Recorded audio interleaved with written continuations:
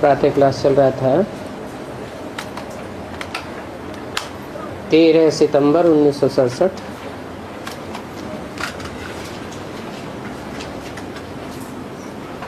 तीसरे पेज में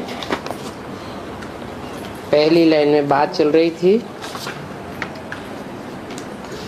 यहाँ भारतवासियों को कुछ भी पता नहीं है, यूं ही अंधश्रद्धा में चलते रहते हैं।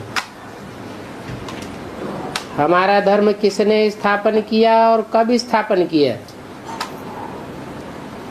कुछ भी पता नहीं है।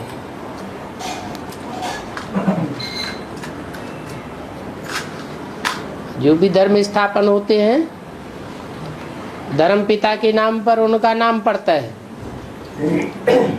यहाँ तो नाम दे देते हैं हिंदू धर्म, हिंदुस्तान के ऊपर हिंदू समझ लिया है, लेकिन वास्तव में हमारा आदि सनातन देवी देवता धर्म है।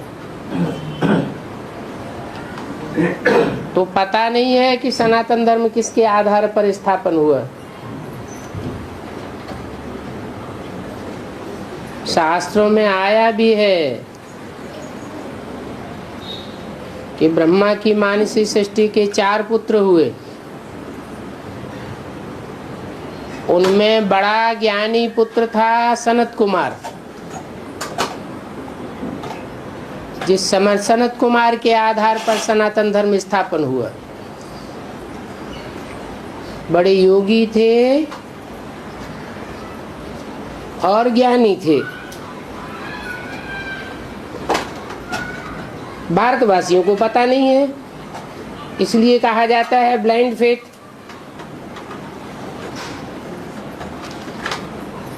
अभी तुम भी पुजारी हो,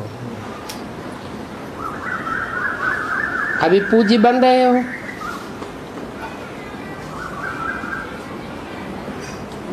तुम्हारी आत्मा भी पूज्य बनती है और शरीर भी पूज्य बनता है। मेरा तो शरीर है ही नहीं, मेरे सिर्फ लिंग की पूजा होती है।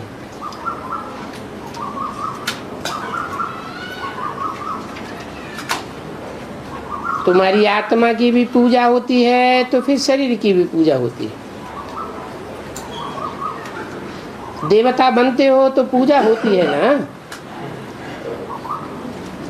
और बाप तो है ही निराकार, वो सदैव पूज्य है।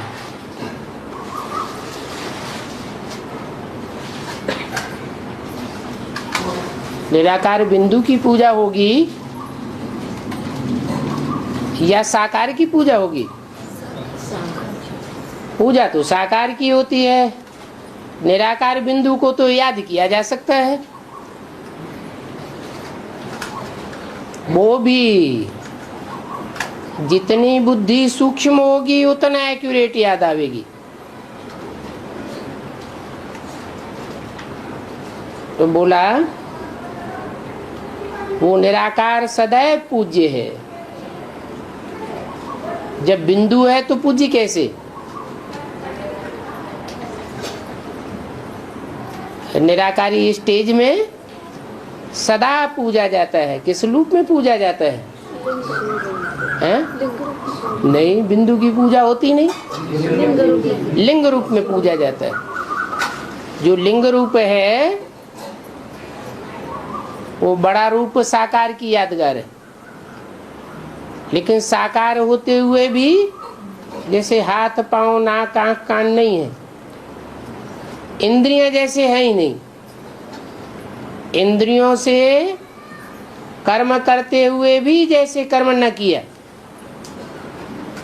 कर्म बंधन ही नहीं बंधता, अकर्ता कहा जाता है। इसलिए सदैव पूज्य है। वो कब पुजारी बनते ही नहीं। तुम बच्चों के लिए कहा जाता है आप ही पूज्य, आप ही पुजारी। बाप तो एवर पूज्य है। पूजा का आधार क्या है? प्योरिटी। तो बाप सदैव पवित्र है, अपवित्रता की कोई बात हो नहीं सकती। कोई टाइम पर नहीं, कोई स्थान पर नहीं, वैयक्तिक रूप में नहीं, एवर पूज्य है। यहाँ आकर के बाप सच्ची सेवा करते हैं, सबको सदगति देते हैं। बाप कहते हैं अब माम एकम याद करो, दूसरे कोई देहधारी को याद नहीं करना है। यहाँ तो ऐसे बहुत हिंदू हैं जो मुसलमानों की जाए पूजा करते हैं। उन मुसलमानों को जाकर के पांव पड़ते हैं।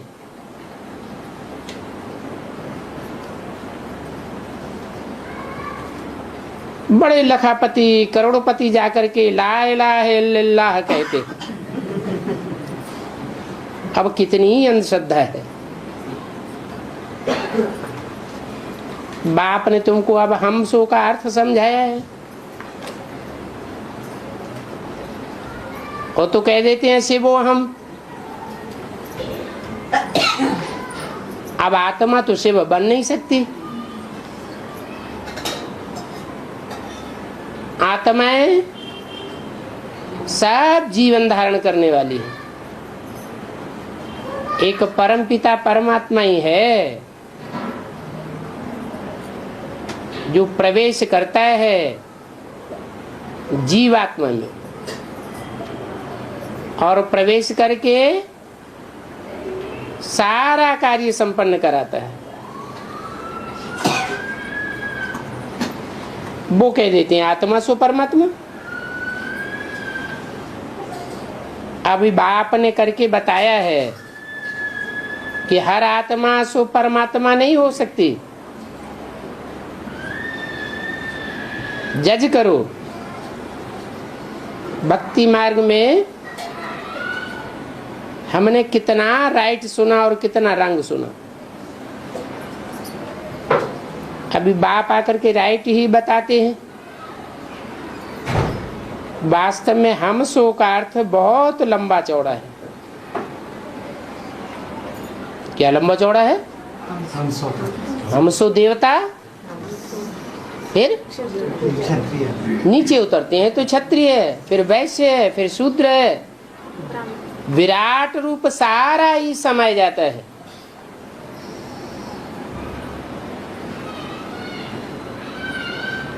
हम सो ब्राह्मण, हम सो देवता बन रहे हैं, क्षत्रिय बनेंगे, शूद्र कुल में आवेंगे।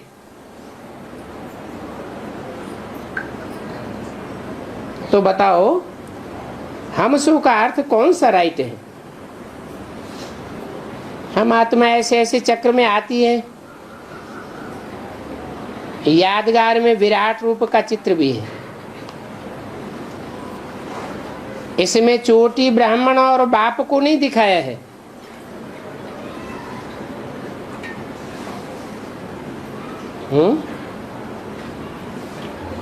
विराट रूप का जो चित्र बनाया है भक्ति मार्ग में, उसमें चोटी ब्राह्मण को क्यों नहीं दिखाया? शिव बाबा को क्यों उड़ाई दिया?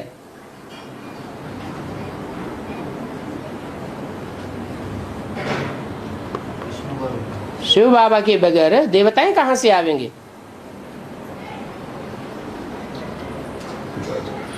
कलयुग में तो शूद्र वर्ण है।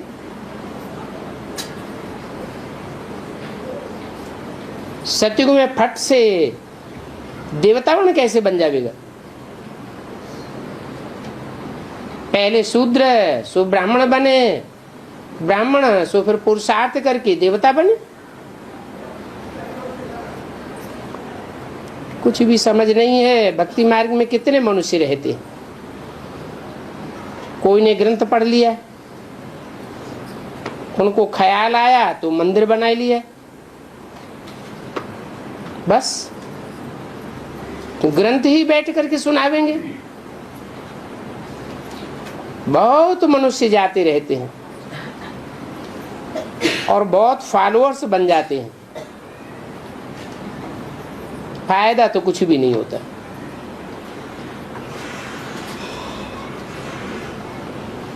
कोई स्वर्ग तो नहीं बन जाता, सदगति तो किसी की होती नहीं है। आजकल शास्त्र बहुत सुनाते हैं, बहुत दुकानें निकल गई है। अब ये सब दुकान खत्म हो जाएंगी, मंदिर, मस्जिद, गुरुद्वारे सब चलने लग पड़ेंगे। ये सब भक्ति मार्ग की दुकानदारी है, इनसे बहुत धन कमाते हैं। सन्यासियों को वास्तव में शिव की पूजा नहीं करनी चाहिए। क्यों नहीं करनी चाहिए? क्योंकि शिव है प्रवृत्ति मार्ग का पक्का।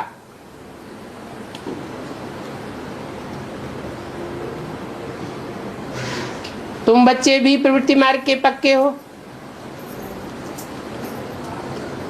और जो भी धर्म है वो प्रवृत्ति मार्ग के पक्के नहीं है। वास्तव में सन्यासियों को फॉलो करना चाहिए जो निवृत्ति मार्ग के हैं।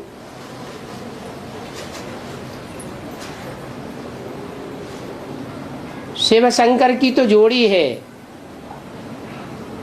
एक निराकार एक साकार। परंतु निराकार साकार की जोड़ी कैसे होगी?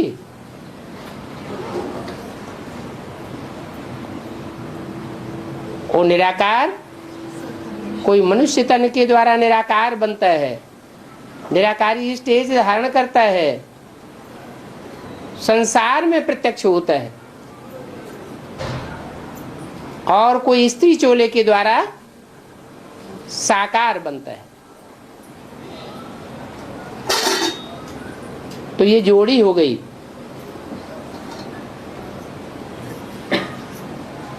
उनको माता पिता कहा जाता है, सारी सृष्टि का माता पिता, जगत का माता पिता। तो जो जगत के माता पिता हैं, आदि में भी माता पिता, अंत में भी माता पिता।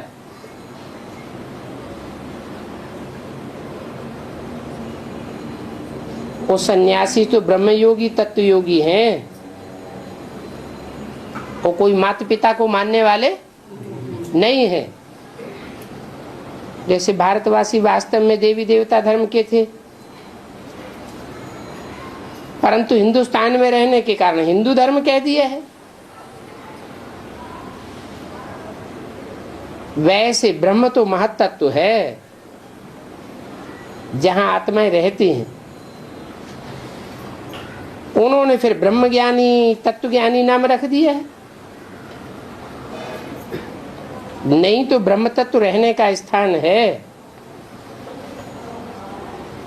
वो तो जड़ तत्व है, तुरीय तत्व है। तो बाप समझाते हैं कितनी भारी भूल कर दी है। अपन को ब्रह्म योगी तत्व योगी कह देते हैं, तो ये सब भ्रम में है। मैं आकर के सब भ्रम दूर कर देता हूं। भक्ति मार्ग में कहते हैं, हे प्रभु तुम्हारी गत बरती न्यारी। कैसे न्यारी? मनुष्यों की जो मत है, तुंडे तुंडे मत भिन्न, सच्चाई किसी की बुद्धि में नहीं है। सत्य तो एक बाप आकर के बताते हैं, और जो सत्य बताते हैं वो दुनिया वालों की मत से नहीं मिलता। इसलिए बोलते हैं तुम्हारी गतिमति न्यारी।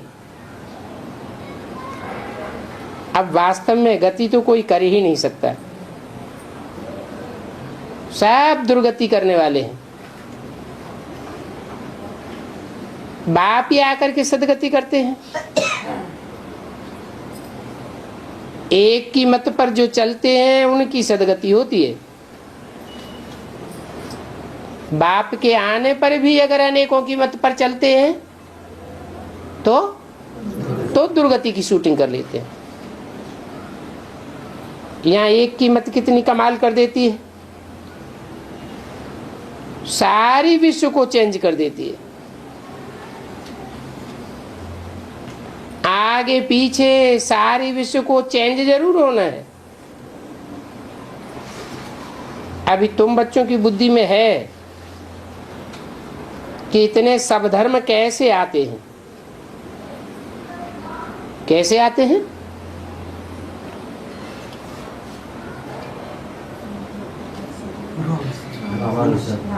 नहीं, ड्रामा में क्या बात ऐसी होती है जो अनेक धर्म हो जाते हैं। हाँ, अनेक मतें जो होती हैं उन अनेक मतों को धारण करने वाले कोई मुखिया हैं, वो पावरफुल आत्माएं हैं, बड़े बड़े हठवादी हैं। जितनी पहचान उनको बाप की होती है उस पर पक्के हो जाते हैं। बाकी जितना वो नहीं पहचान पाते उसको नहीं मानते, अंत तक भी नहीं मानते, तो नंबरवार बन जाते हैं। फिर उनके सेक्शन की जो आत्माएं हैं वो उनमें जाए मिलती हैं, अपने अपने सेक्शन में जाए रहते हैं। ये सब ड्रामा में नूद है, ये भी बच्चे जानते हैं। दिव्य दृष्टि दाता तो एक ही बाप है। बाबा को कहा कि बाबा ये दिव्य दृष्टि की चाबी हमको दे दो, हमको ये चाबी दे देंगे तो हम किसी को भी साक्षात्कार करावेंगे।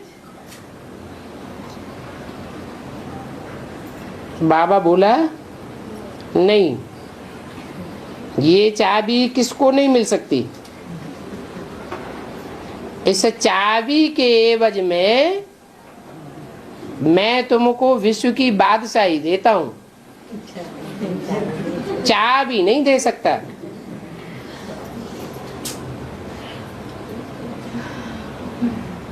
ये चाबी मेरे पास ही रहेगी, मेरा ही पार्ट है साक्षात्कार कराने का। साक्षात्कार होने से कितना खुश हो जाते हैं।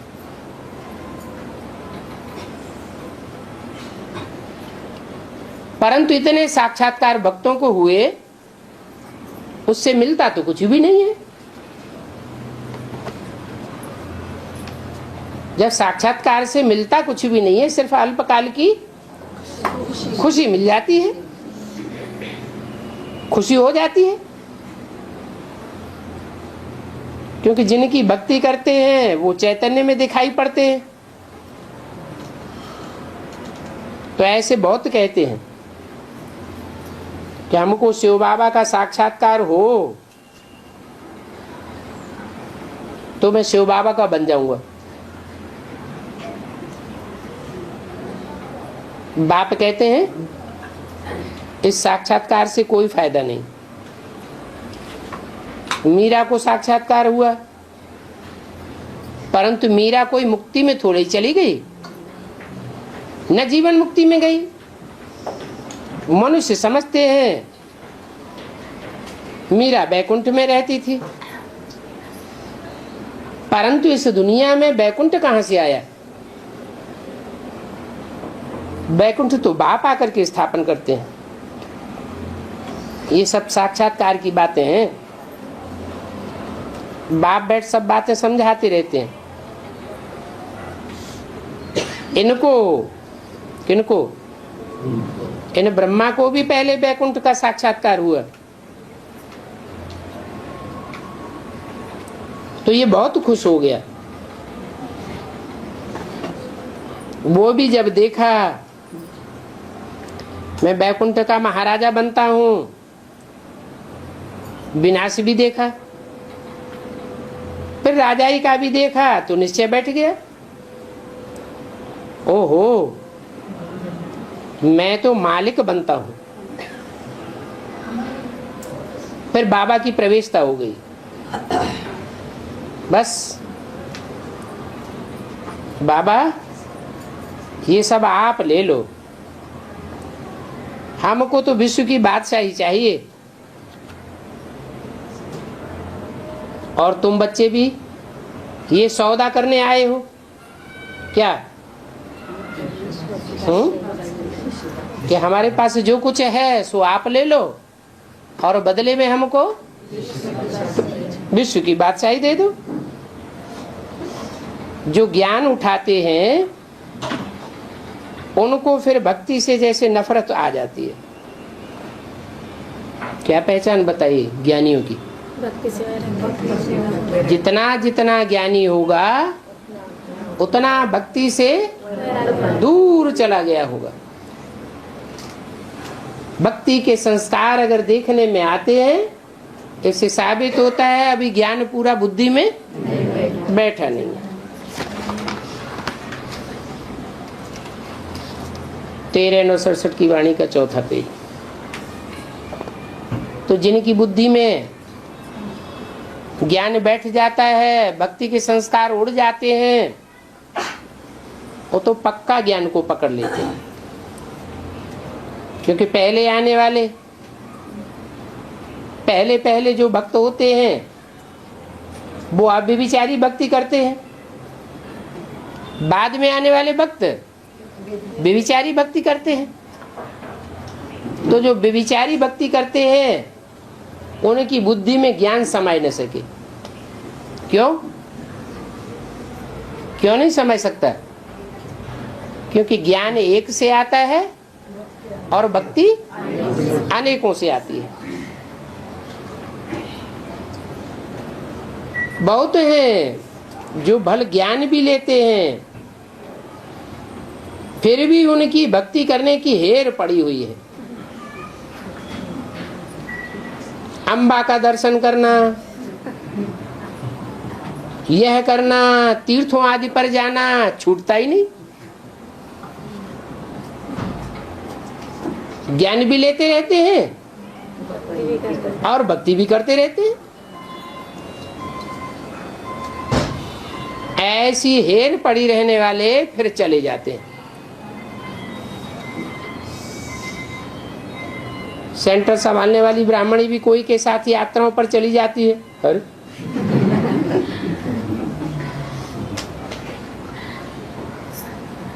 कहेंगे कच्ची ब्राह्मणी है।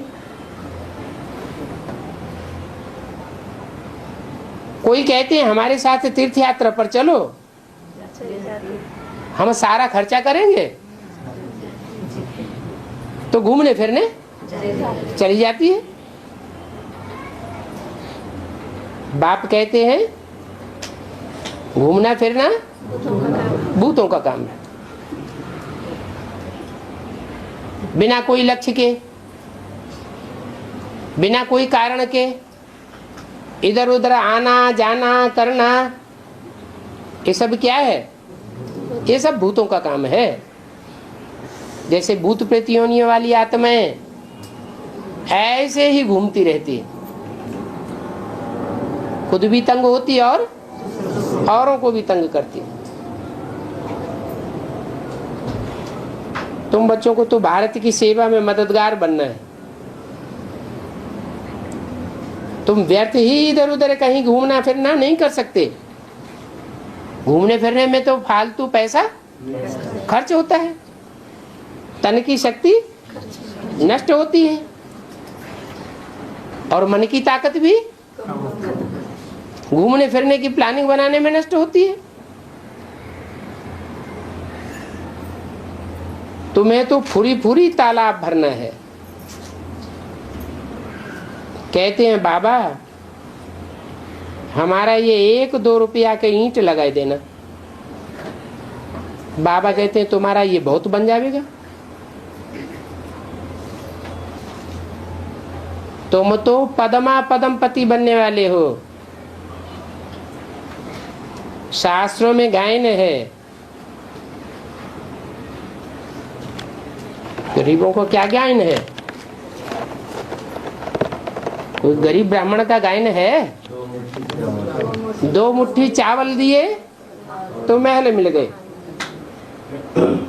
सुदामा की चावल मुट्ठी का गायन है ना। बाप को कहा ही जाता है गरीब निवाज।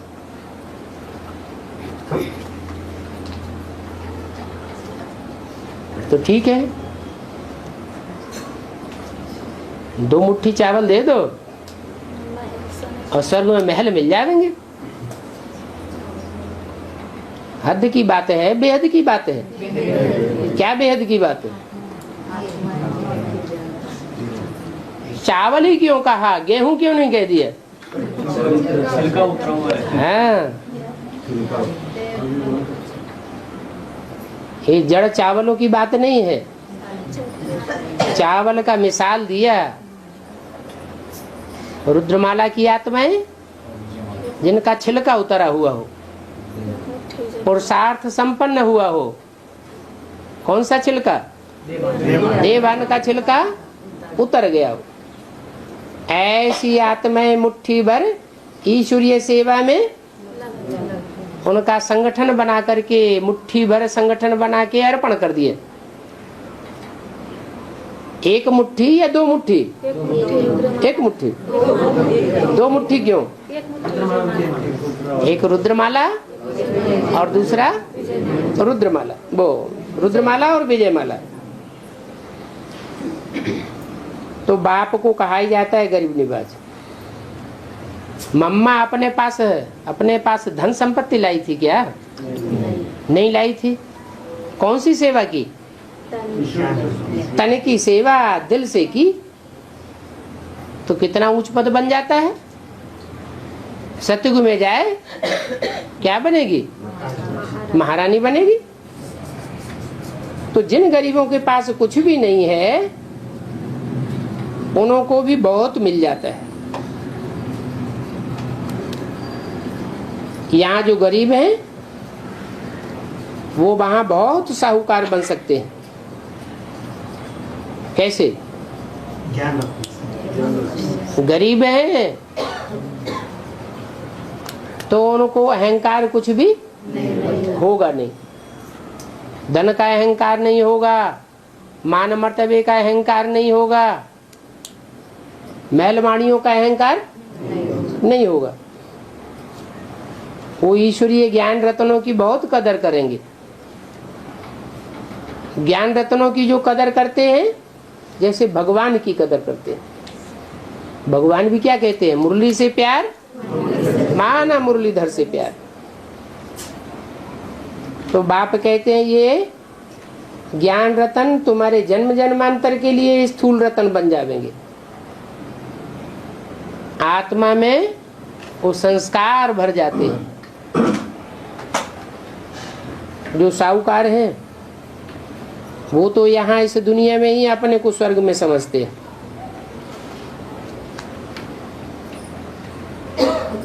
ये नहीं सोचते कि इस दुनिया में अगर स्वर्ग में है तो ये दुनिया किसने बनाई?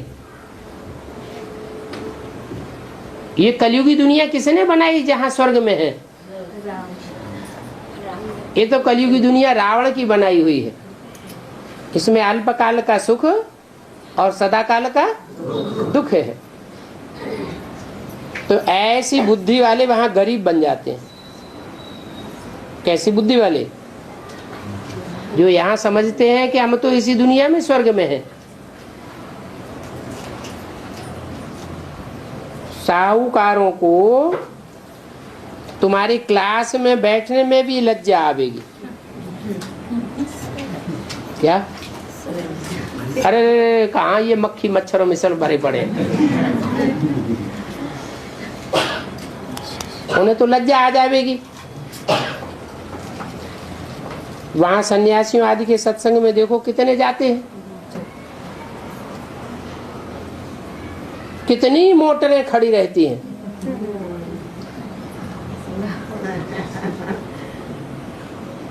उनका बड़ा भवका रहता है।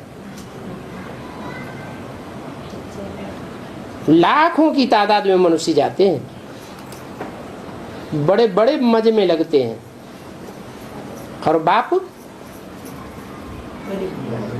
कहते हैं मैं बड़े बड़े मजमों में जाता ही नहीं, जहां लाउड स्पीकर पर पढ़ाई पढ़ाना पड़े। थोड़े थोड़े बच्चों का ग्रुप लेकर के उनको समझाता हूं, लाउड स्पीकर की दरकार ही नहीं। लाउड स्पीकर पर प्रश्न कैसे पूछेंगे? बच्चे प्रश्न पूछना चाहें तो प्रश्न तो पूछ नहीं सकते, आवाज वहां पहुंचेगी नहीं। बाप आते ही है राजयोग सिखाकर राजा बनाने आते हैं या प्रजा बनाने आते हैं? राजाएं कम होते हैं और प्रजा तो ढेर की ढेर होती है। तो राजाओं को पढ़ावेंगे तो थोड़ों को पढ़ावेंगे या ढेर के ढेर को पढ़ावेंगे? थोड़ों को पढ़ाते हैं। अभी तुम समझते हो, जहां लाखों मनुष्य जाते हैं वो तो झूठ सुनने जाते हैं। पहले नंबर की झूठ है जो कहते हैं भगवान सर्वव्यापी है।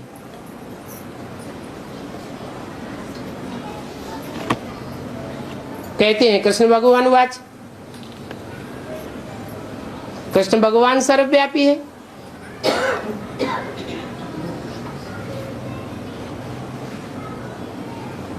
अब कृष्ण तो ज्ञान देता ही नहीं है। कृष्ण के पास ज्ञान कहां से आया? कृष्ण तो देहधारी है।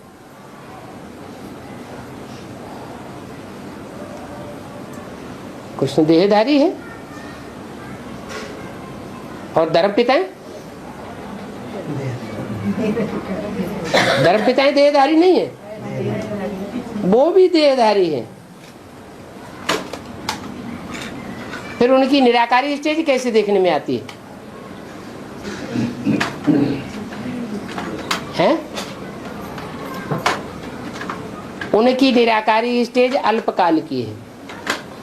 जैसे ही देहधारी के संसर्ग संपर्क में आते हैं, आत्मा प्रवेश करती है, उनकी स्टेज नीची हो जाती है। सच्चा सदैव सच्चा रहेगा और झूठा जैसे मुलम्मा सोना, सदैव तो सच्चा दिखाई नहीं पड़ सकता।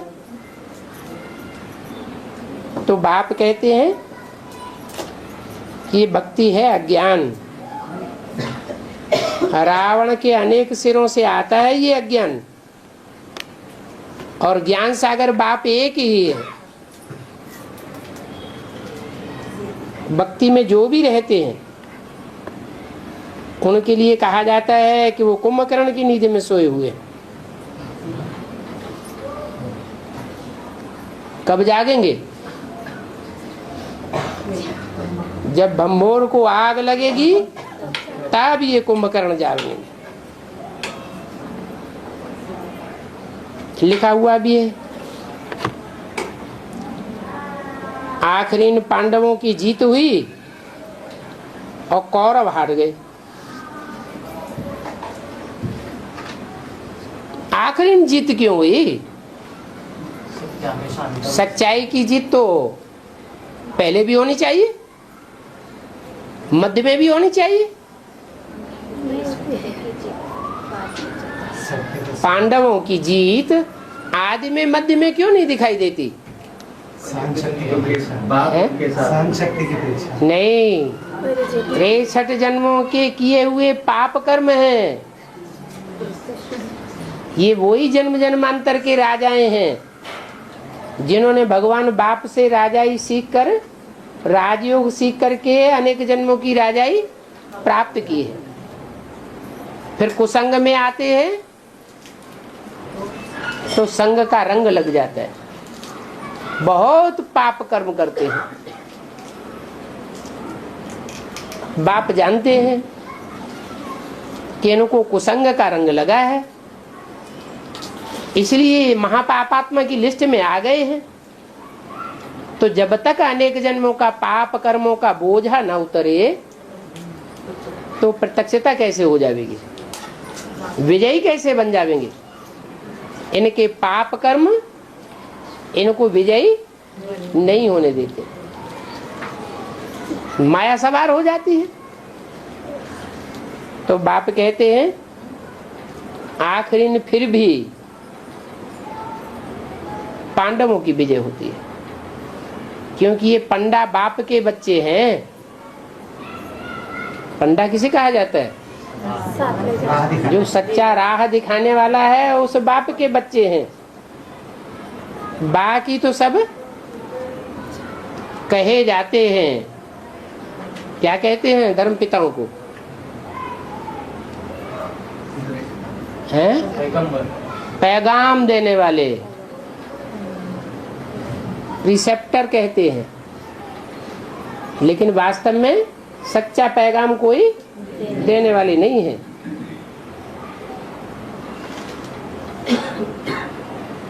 तो कौरव पांडवों की लड़ाई लगी, फिर दिखाते हैं लड़ाई का नतीजा क्या हुआ। नतीजा कुछ भी नहीं।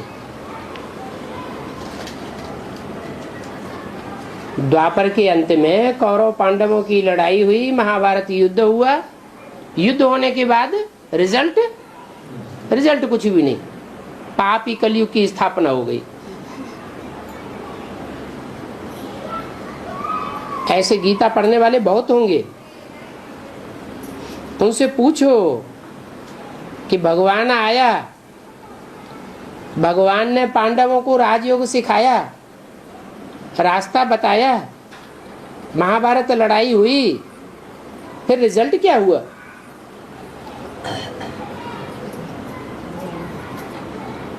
तो उनकी अकल चक्कर ही खा जाएगी कि फायदा तो कुछ भी नहीं हुआ। तो देखो उनको कुछ भी पता नहीं है।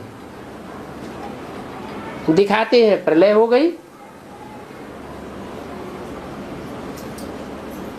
शास्त्रों में ये दिखाते हैं ना कि प्रलय हो गई। प्रलय अर्थात सब कुछ लीन हो गया, प्रकृष्ट रूपेण सब लीन हो गया, कुछ भी बचा नहीं। प्रलय होने के बाद फिर दिखाते हैं सागर में पीपल के पत्ते पर कृष्ण आया।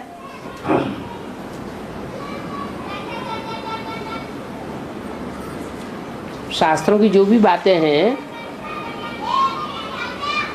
अगर ऐसे ही झूठी हैं तो भगवान के मुख से क्यों बोली जाती हैं। फिर कहते हैं शास्त्रों में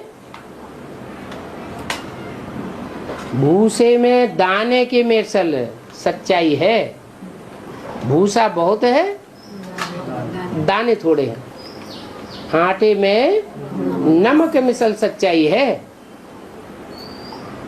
इसका मतलब कि भगवान बाप जो ब्रह्मा के मुख से बोलते हैं, भले शास्त्रों की कोई भी बात बोलते हैं, उसमें रहस्य छुपा हुआ है। प्रलय हो गई, क्या प्रलय होती है?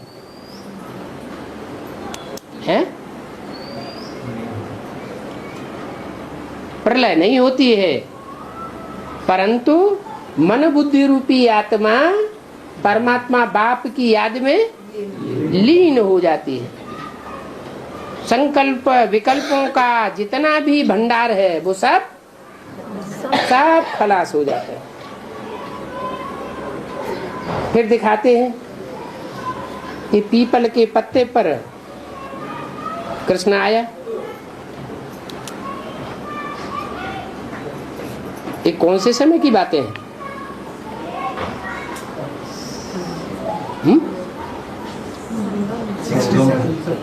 संगम में प्रलय कैसे होती है?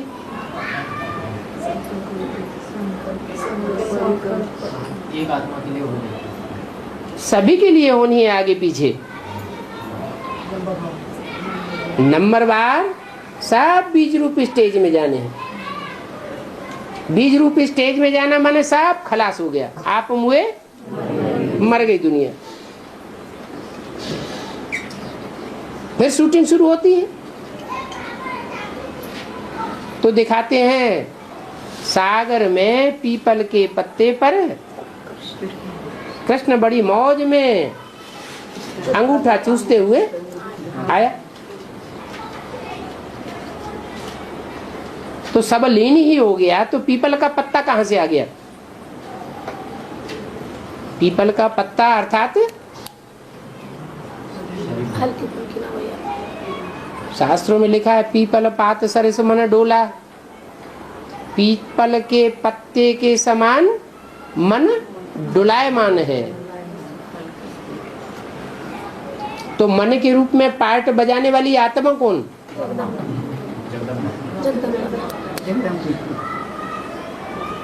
वो तो पीपल के पत्ते पर आया, मना वो पीपल के पत्ते में प्रवेश किया, तो पीपल का पत्ता तो कोई दूसरा होगा ना। कृष्ण की आत्मा ने पीपल के पत्ते का आधार लिया, तो पीपल का पत्ता कौन? राम वाली आत्मा पीपल के पत्ते की तरह डुलायमान होती?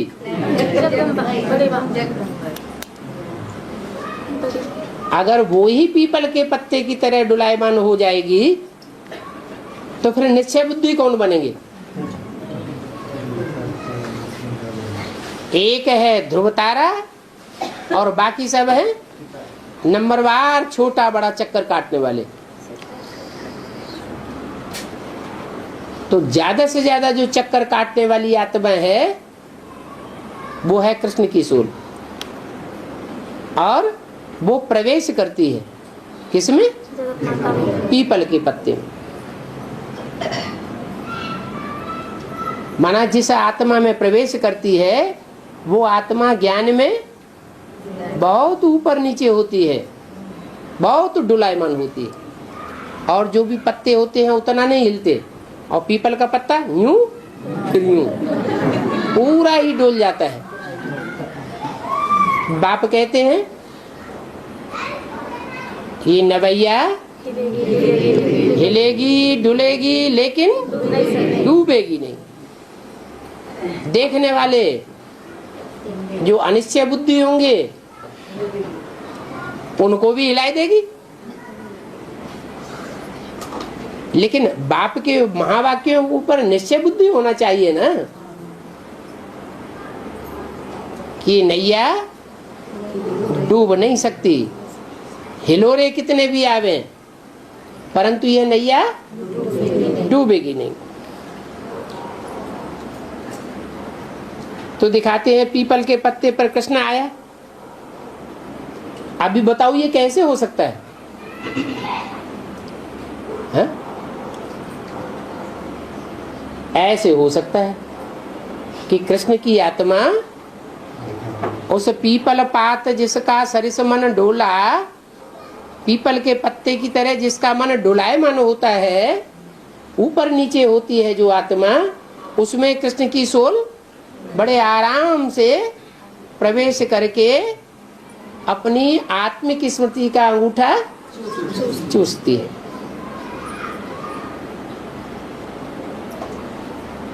तो बाप पूछते हैं ये कैसे हो सकता है? पीपल के पत्ते पर तो बालक डूब जाएगा।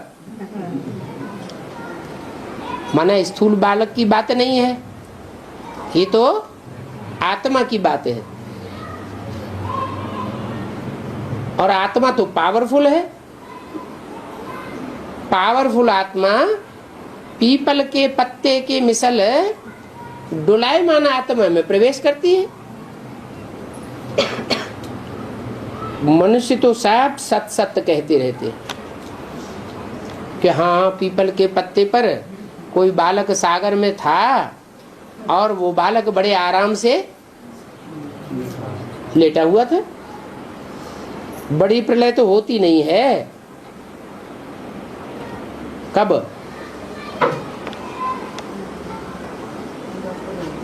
द्वापर के अंत में भी बड़ी प्रलय तो होती नहीं है।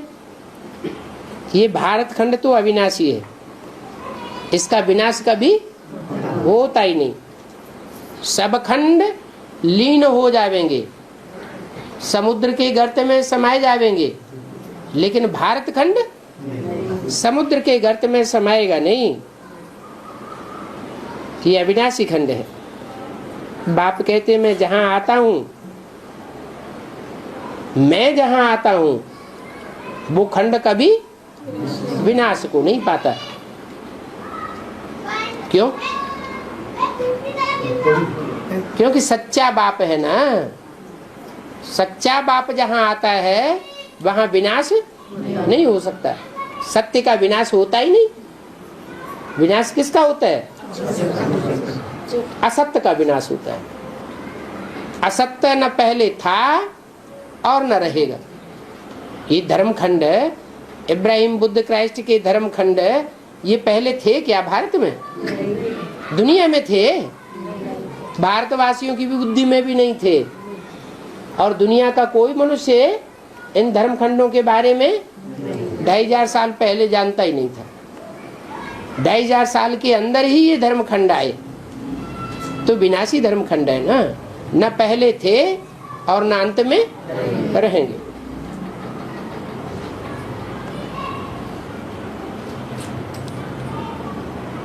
तो भारत खंड जो अविनाशी है, वो जब रहता है तो और खंड खाली हो जाते हैं। बाप कहते मैं जहां आता हूं वहां विनाश नहीं हो सकता। क्या? जिन जिन बच्चों की बुद्धि में मैं आता हूं, माने जिनकी बुद्धि में बाप की याद समाई जाती है, उनका विनाश नहीं हो सकता। तुम जानते हो, मनुष्य तो समझते हैं बहुत सी दुनियाएं हैं। क्या? जितने जितने स्टार हैं उतनी उतनी दुनिया है। परंतु ऐसा तो हो नहीं सकता। वो समझते हैं स्टार्स में भी दुनिया है, तो मून पर जाने की कोशिश करते हैं। मून में भी प्लाट ढूंढते रहते हैं।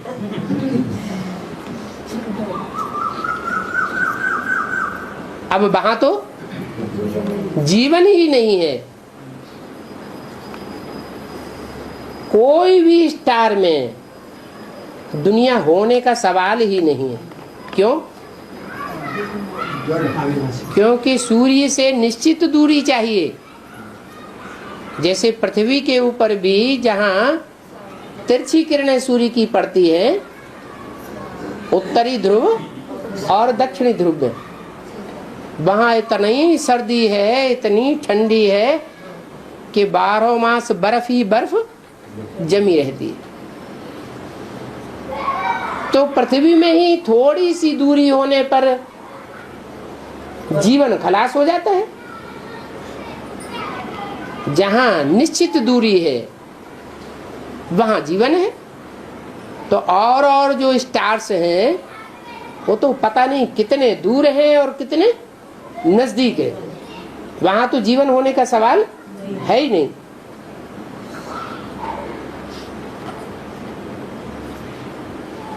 तो देखो बुद्धि कितनी चरिया खरिया बन गई है। कितना खर्चा करते रहते हैं किस बात पर? स्टार्स के ऊपर, चांद के ऊपर खोज करने के लिए कितना खर्चा करते हैं। बाप बैठ बच्चों को समझाते हैं ये आत्मा पर जंक चढ़ी हुई है। क्या? आत्मा पर काम क्रोध लोभ मोह अहंकार की जंक चढ़ गई है। ये जंक ने आत्मा की बैटरी खलास कर दी। जो बैटरी होती है उसमें ज्यादा जंक चढ़ जाती है तो सारी प्लेटें खत्म हो जाती है। तो जंक चढ़ गई है, बैटरी खाली हो गई। अब इस आत्मा रूपी बैटरी को फिर से भरना है। मोटर की बैटरी खाली हो जाती है तो फिर चार्ज कराते हैं ना। तो ये भी तुम्हारी शरीर रूपी मोटर है, इसमें आत्मा ड्राइवर है और इसकी बैटरी, आत्मा बैटरी खाली हुई है। खाली बैटरी को भरने के लिए क्या करें? बाप आया हुआ है, बड़ा जनरेटर। वो जनरेटर ऐसा है जो सब बैटरी को भरपूर कर देता है। परंतु कोई बैटरी छोटी है, कोई बैटरी बड़ी है, कोई शक्तिशाली है, कोई कम ताकत वाली है। तो जो जितनी बड़ी बैटरी है वो उतनी ताकत भर लेती है। तुम्हारी बैटरी अब बिल्कुल खाली हो गई है, अभी फिर भर जाएगी। इस बैटरी को भरने के लिए एक बाप ही बड़े से बड़ी पावर है, और आत्मा देखो कितनी छोटी है। बाप की आत्मा भी बिंदी और तुम्हारी आत्मा भी बिंदी। बाप समझाते हैं बाप के साथ योग लगाओ तो तुम्हारी बैटरी जो ढीली हो गई है वो तीखी हो जाएगी। ब्रह्म समाजी वालों के पास मंदिर में सदैव ज्योति जगी रहती है। कौन सी ज्योति? वो तो स्थूल ज्योति जगाते हैं। इसकी शूटिंग कहाँ होती है? ब्राह्मणों की संगम युग दुनिया में ब्रह्म समाजी कौन है? वो कौन सी ज्योति जगाते हैं? हैं? तो भट्टियां करते रहते हैं तो ज्योति जगी रहती है।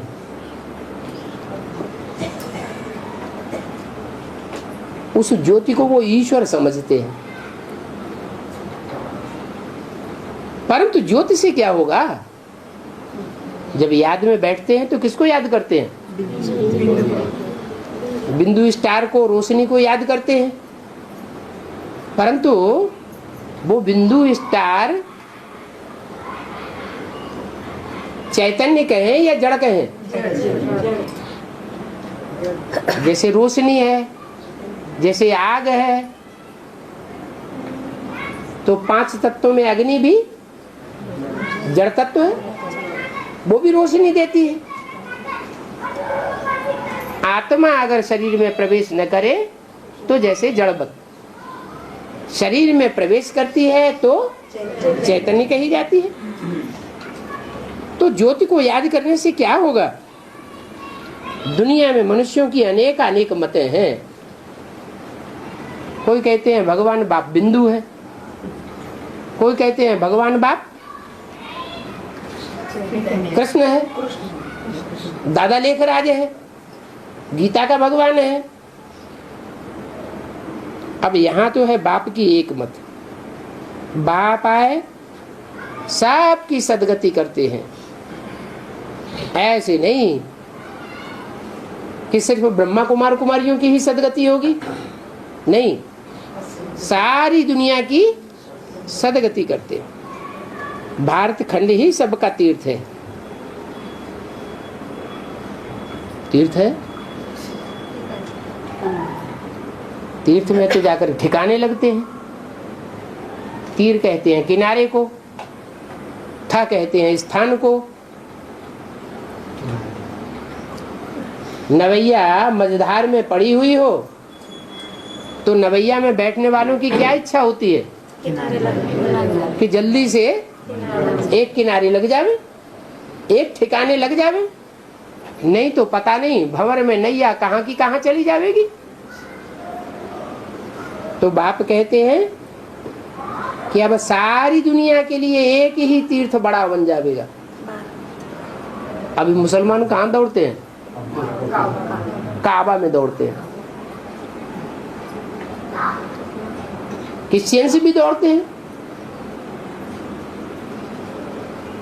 गिरजाघरों में दौड़ते हैं ना, हिंदू मंदिरों में दौड़ते हैं, मुसलमान मस्जिदों में दौड़ते हैं, सिख गुरुद्वारे में दौड़ते हैं। बाप कहते हैं अब ये मंदिर मस्जिद गिरजाघर सब खलास हो जाएंगे, एक ही बड़ा मंदिर रह जाएगा।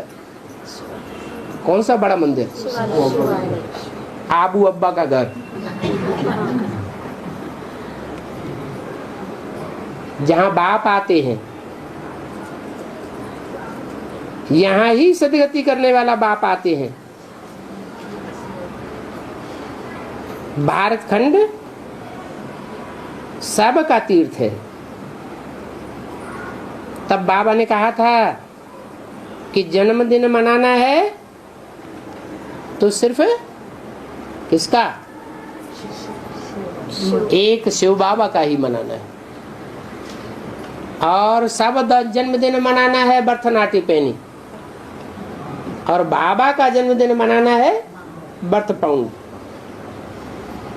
और किसका भी जन्मदिन मनाना, अर्थात भरतनाट्य पैनी, एक कौड़ी की भी कीमत नहीं। जन्मदिन मनाते हैं, कितना खुश होते हैं।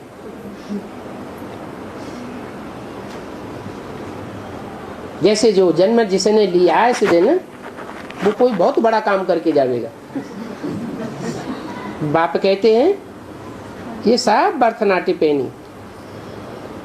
अगर ये बात तुम किसी को समझाओगे तो भी बिगड़ने लग पड़ेंगे कि तुम ऐसे टाइम पर ऐसे परिवार में आकर के तुम भरतनाट्य पैनी कहते हो। तुम्हें तो हमारी तरह खुशी मनानी चाहिए, और तुम यहाँ आकर के सबके सामने कहते हो कि ये भरतनाट्य पैनी है।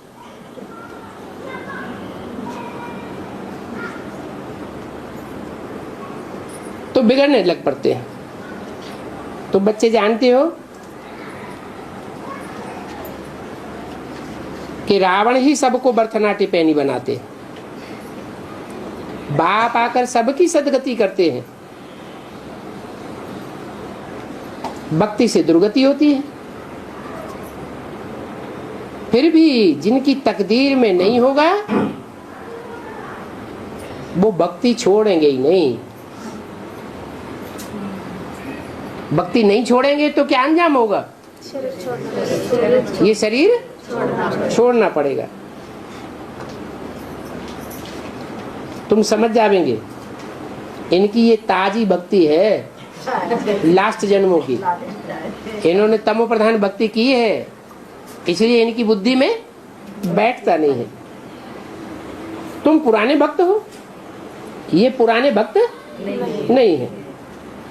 पुराने भक्त जो होंगे वो तो झट दो शब्द सुनेंगे और चटक पड़ेंगे, छोड़ेंगे नहीं। उनको ही फिर पहले फल मिलेगा।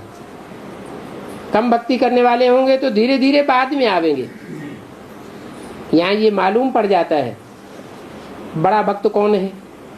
कोई तो एकदम चटक पड़ते, जैसे समा पर परवाने आते हैं, कोई तो आते ही फिदा हो जाते हैं, और कोई चक्कर काट के भाग जाते हैं, कोई बार बार आते हैं, कोई फिर आते ही नहीं।